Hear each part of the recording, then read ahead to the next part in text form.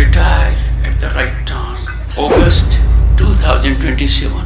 Subject to divine intervention. इतिहास में पहली बार ऐसा हुआ है कि किसी उपराष्ट्रपति ने, क्या मोदी अमित शाह की ये रणनीति थी कि उनसे रिजाइन करवाया जाए? नीतीश कुमार को तो नहीं लाना चाहते राष्ट्रपति पद पे। धरने पे धरना होता रहा है और किसान को सिर्फ वादे पे वादा मिला। धरना प्रदर्शन किया संसद के बाहर और पक्ष को घेरने की कोशिश करी। नमस्कार, प्रणाम, मैं गुड्डू चैनपुरिया, रियल न्यूज पे रियल बातों के साथ। तो रियल न्यूज पे रियल बात यह है कि हमारे उपराष्ट्रपति, जी हां, उपराष्ट्रपति जगदीप धनखड़ ने रिजाइन कर दिया। जी हां, उन्होंने अपने पद से इस्तीफा दे दिया राष्ट्रपति को। जी हां दोस्तों, उपराष्ट्रपति जब भी कभी इस्तीफा देता है तो वो राष्ट्रपति को देता है और द्रौपदी मुर्मू जो हमारे अभी राष्ट्रपति हैं, उन्होंने एक्सेप्ट भी कर लिया।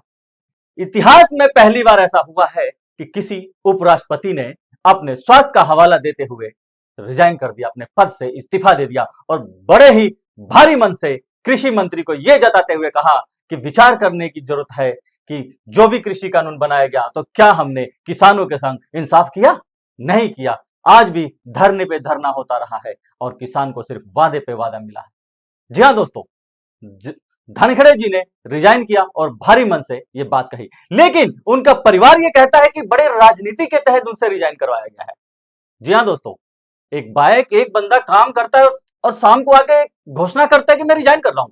ऐसा क्या हुआ था कि उन्हें रिजाइन करना पड़ा? क्या मोदी अमित शाह की यह रणनीति थी कि उनसे रिजाइन करवाया जाए? उनकी यह रणनीति थी। धनखड़ साहब हमारे हरियाणा के झुंझुनू क्षेत्र से आते हैं, जिन्होंने 1989 में वहां से सांसद चुने जाते हैं और 1993 तक उन्होंने वहां पे सेवा दी और बहुत ही अच्छा सराहनीय कार्य करा था उन्होंने, धनखड़ साहब।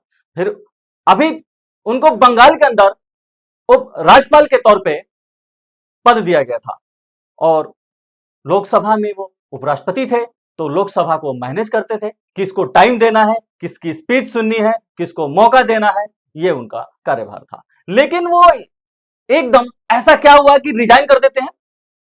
कहीं ना कहीं सवाल तो उठता है पक्ष पे। विपक्ष ने घेरा इसी बात को लेकर कि ऐसा क्या हुआ कि धनखड़ साहब को रिजाइन करना पड़ा। इस पार्टी के अंदर ऐसा क्या चल रहा है? कहीं अमित शाह, मोदी नीतीश कुमार को तो नहीं लाना चाहते राष्ट्रपति पद पे? जी हां दोस्तों, हो सकता है नीतीश कुमार उपराष्ट्रपति बन जाए। अगर वो बन गए तो बिहार में सीएम कौन होगा? कई नाम सामने आ रहे हैं, चाहे वो मनोज सिन्हा का हो, नीतीश कुमार का हो, राजनाथ सिंह का हो।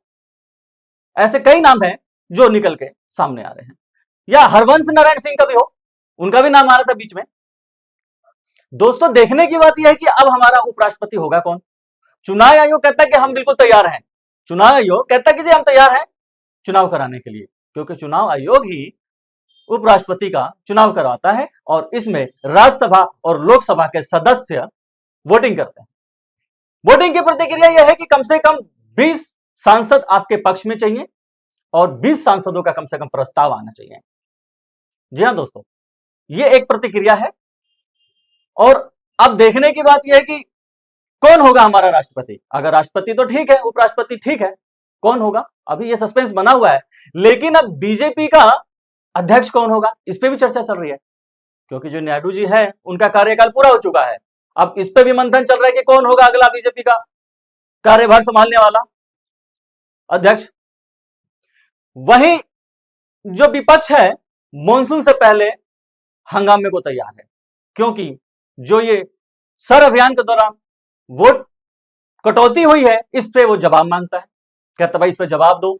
राहुल गांधी के साथ हमारे अखिलेश यादव जी खड़े हो गए और सबने धरना प्रदर्शन किया संसद के बाहर और पक्ष को घेरने की कोशिश करी। तो इस टाइम चुनाव का माहौल कुछ ऐसा ही है।